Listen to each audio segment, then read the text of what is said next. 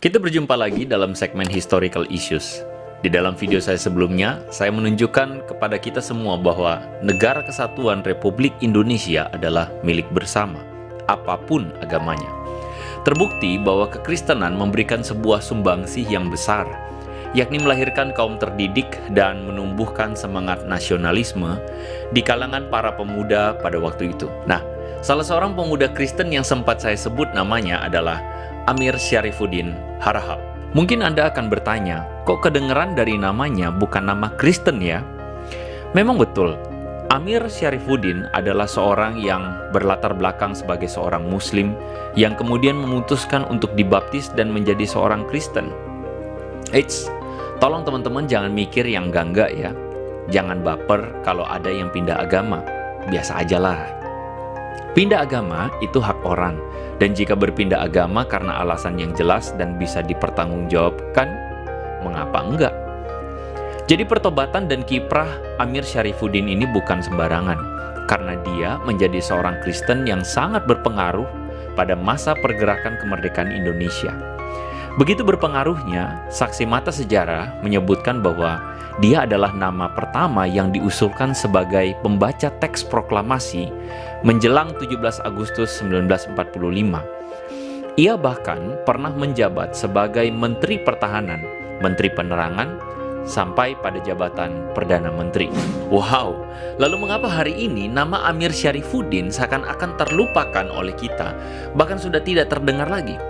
Konspirasikah? Nah, oleh karena itulah video ini akan menampilkan riset data sejarah yang mungkin tidak akan kita dapatkan di dalam kurikulum sejarah di sekolah. Saya akan menunjukkan pada Anda semua data sejarah tentang seorang Kristen yang berintegritas, yang menunjukkan bukti iman dan dedikasinya melalui perjuangannya bagi bangsa ini, bangsa kita, Indonesia.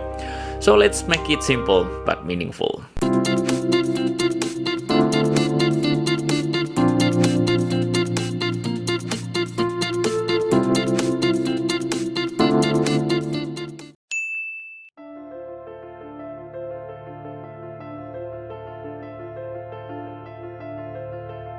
Amir Syarifuddin Harahap lahir di tahun 1907 dari keluarga Batak. Ayahnya adalah keturunan kepala adat dari Pasar Matanggor, Padang Lawas, bernama Jamin Baginda Soripada Harahap. Beliau adalah mantan jaksa di Medan. Terlahir dari keluarga Muslim yang terdidik, Amir Syarifuddin adalah seorang penganut Islam yang taat sekaligus berpandangan terbuka. Hingga suatu saat, ia berkesempatan mengenyam pendidikan di Leiden, Belanda. Di sanalah ia berjumpa dengan sahabatnya, Ferdinand Tampu Bolon, yang kemudian mengenalkan Injil kepadanya. Dalam catatan Jacques Leclerc, Amir Syarifuddin terkesima dengan pemikiran-pemikiran Kristen yang ditemukannya dalam diskusi-diskusi mahasiswa selama di Belanda. Di sanalah ia mulai mengenal ide-ide pembebasan atas perbudakan dan penjajahan di dalam Alkitab. Apalagi, kisah kelahiran Yesus di dunia begitu menginspirasi seorang Amir Syarifuddin. Ia mampu melihat kelahiran Yesus yang membebaskan manusia dari belenggu dosa menuju tatanan masyarakat yang setara di dalam ikatan persaudaraan.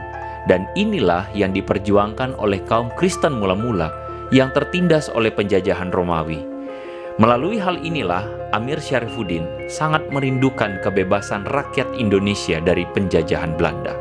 Di dalam buku Amir Syarifuddin, tempatnya di dalam kekristenan dan perjuangan kemerdekaan Indonesia, Frederick Jara Wellem mencatat bahwa sekembalinya Amir Syarifuddin ke Indonesia, ia melibatkan diri di dalam organisasi Christelijk Studenten op Java yang banyak menginisiasi diskusi-diskusi kekristenan terhadap masalah sosial, filsafat, dan imperialisme. Meskipun saat itu Syarifuddin masih seorang Muslim, ia belajar banyak dari seorang guru besar Belanda, Profesor Julius Schepper, yang juga adalah seorang misionaris. Menariknya, justru melalui dorongan Schepper dan misionaris lainnya seperti Kees van Doorn, para pemuda di dalam CSV, Christelijk Studenten op Java itu, termasuk Syarifuddin, didorong untuk menjadi seorang nasionalis dan memperjuangkan hak-hak bangsa Indonesia. Jadi setelah melalui perjalanan panjang di dalam mengenal Injil dan pengaruhnya pada nilai-nilai kebangsaan Indonesia, Amir Syarifuddin akhirnya memutuskan untuk menjadi seorang Kristen setelah setidaknya 5 tahun berinteraksi dan mempelajari Injil. Gary Van Klinken di dalam bukunya 5 Penggerak Bangsa yang Terlupa, Nasionalisme Minoritas Kristen, menuliskan bahwa Amir Syarifuddin kemudian memutuskan untuk dibaptis pada tahun 1931 di Gereja HKBP Kernolong, Jakarta. Di kemudian hari, ia dikenal sebagai seorang Kristen yang taat, yang menghidupi semangat pelayanan Yesus melalui perjuangannya bagi rakyat kecil.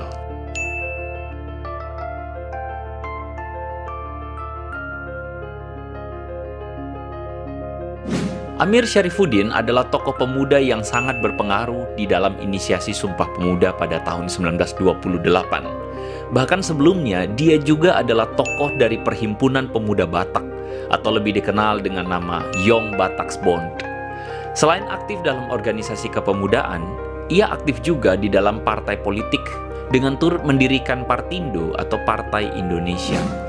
Karena keahliannya dalam berpidato dan menyuarakan keadilan sosial bagi rakyat Indonesia, Amir Syarifuddin sering membuat pemerintah kolonial Hindia Belanda menjadi gusar. Misalnya saja pada Kongres Partindo kedua pada tahun 1933, dia mengecam kekejaman Belanda yang merampas tanah rakyat dan membebani pajak yang sangat tinggi kepada rakyat. Hal ini mengakibatkan polisi Belanda menghentikan Kongres dan memaksa Amir Syarifuddin untuk turun dari podium. Sesudah itu, situasi politik internasional mengalami perubahan akibat bangkitnya kekuatan fasisme di Asia Pasifik. Fasisme adalah sebuah ideologi yang bersifat otoriter, yang memunculkan seorang pemimpin dengan kekuasaan yang absolut. Kekuasaan fasisme itu dimulai di Italia oleh Benito Mussolini dan diikuti oleh Jerman oleh Adolf Hitler. Sedangkan di Asia Pasifik, Jepang bersatu dengan Jerman dan Italia dan mulai menginvasi Asia, termasuk mengancam Hindia Belanda. Hal ini meresahkan pemerintah Hindia Belanda karena Jepang sangat jelas-jelas mengancam eksistensi Belanda di Indonesia. Jadi singkat cerita, pada tahun 1942, Jepang berhasil menduduki Indonesia dan mengusir Belanda. Pada mulanya rakyat Indonesia menyambut gembira karena Jepang dianggap membebaskan mereka dari pemerintah kolonial Belanda. Namun rupanya sejarah membuktikan keberadaan Jepang di Indonesia lebih kejam dibandingkan Belanda ketika menjajah Indonesia. Dan hal inilah yang mendorong Amir Syarifuddin membentuk sebuah gerakan anti-fasis, namun kemudian tertangkap oleh pemerintah Jepang.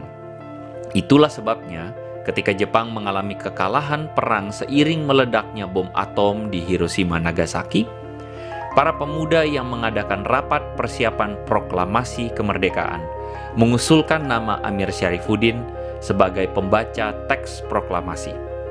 Sumarsono di dalam buku Revolusi Agustus mengatakan bahwa pilihan ini dibuat karena Syarifuddinlah yang menjadi simbol perlawanan terhadap Jepang.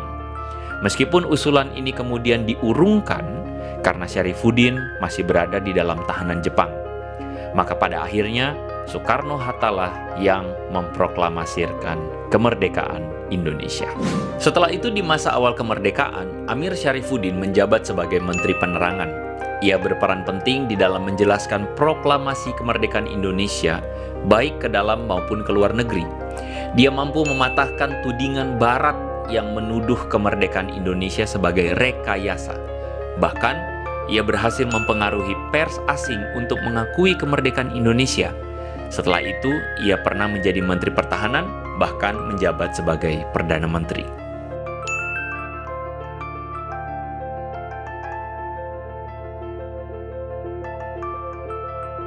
Di dalam narasi hari ini yang berkembang di Indonesia, PKI atau Partai Komunis Indonesia dipersepsikan sebagai musuh negara. PKI adalah partai politik yang dicap anti Tuhan, musuh umat beragama, anti Pancasila, dan pengkhianat bangsa. Dan masalahnya, inilah yang melekat pada identitas Amir Syarifuddin. Saya sama sekali tidak membela komunisme. tetapi saya berusaha mengajak kita melihat dengan lebih seimbang. Komunis yang cikal bakalnya berasal dari pemikiran Karl Marx adalah paham yang melawan praktik kapitalisme yang mengakibatkan kesenjangan ekonomi. Dalam hal ini, Amir Syarifuddin adalah orang yang sangat peduli dengan nasib rakyat kecil, dan keinginannya membela rakyat itulah yang membuat dirinya melawan paham kapitalis dan imperialisme. Jadi tidak heran banyak orang menyebutnya sebagai seorang Marxis. Suhokgi di dalam bukunya Orang-orang di Persimpangan Kiri Jalan menyatakan bahwa pada masa itu orang yang tergabung dengan PKI bukan semata-mata berideologi komunis, melainkan karena pada saat itu Partai Komunislah yang paling radikal di dalam melakukan perlawanan terhadap kolonialisme. Sehingga tidaklah heran kalau kita melihat Amir Syarifuddin memilih untuk terlibat bersama-sama dengan kegerakan komunis. Namun sedihnya, pada masa sesudah kemerdekaan, terjadi sebuah pergolakan politik yang menempatkan PKI sebagai lawan terhadap kebijakan pemerintah. Pada tahun 1948, berita-berita yang tersiar menyebutkan bahwa terjadi pemberontakan PKI di Madiun. Di dalam peristiwa ini, Amir Syarifuddin akhirnya tertangkap dan ditembak mati oleh tentara tanpa diadili sama sekali. Saksi mata menjelaskan bahwa bahkan sebelum kematiannya, Amir Syarifuddin memeluk Alkitab di dadanya, lantas menyerahkan diri untuk ditembak mati.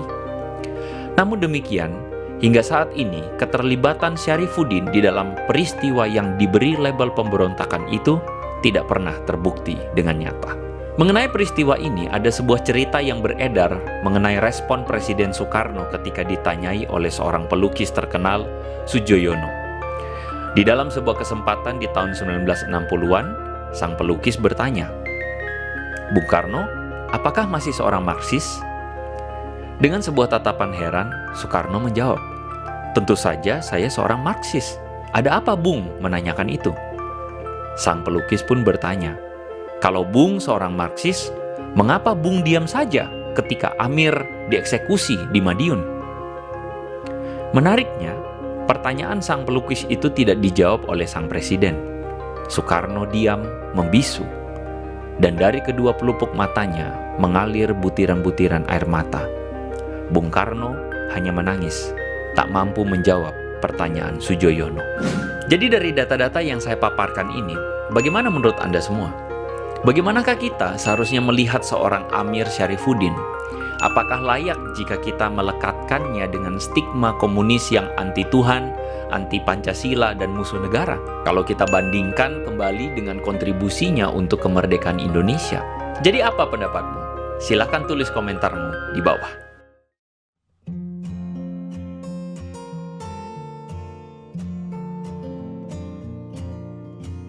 So, sampai di sini saja edisi Historical Issues kali ini.